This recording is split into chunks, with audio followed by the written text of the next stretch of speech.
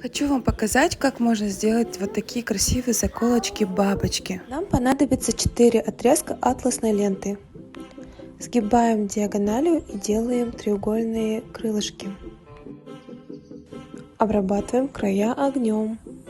Вот такое крылышко должно у нас получиться. Точно так же делаем со вторым крылом.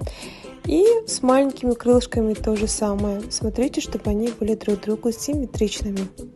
Большое крылышко ставим поверх нижней и закалываем булавочкой. И мелкими стежками прошиваем левую сторону крыла бабочки.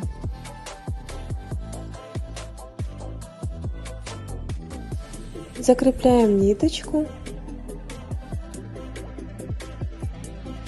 И точно так же прошиваем правые крылья бабочки. Закрепляем нить. Теперь нам нужно две стороны пришить друг к другу. Закрепляем. Заранее я подготовила вот такую ленточку, пришила к ней стразинку, усики и жемчуг. А теперь будем его наклеивать на заколочку. Теперь приступаем к обработке задней части.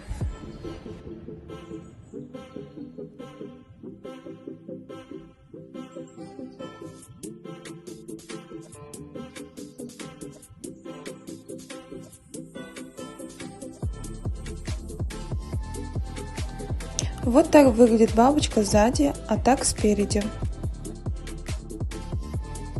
Заклеиваем верхнюю часть заколки лентой.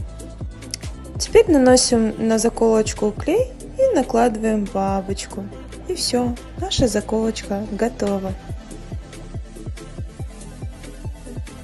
Вот такие бабочки у нас получились. Правда красиво? Еще и легко.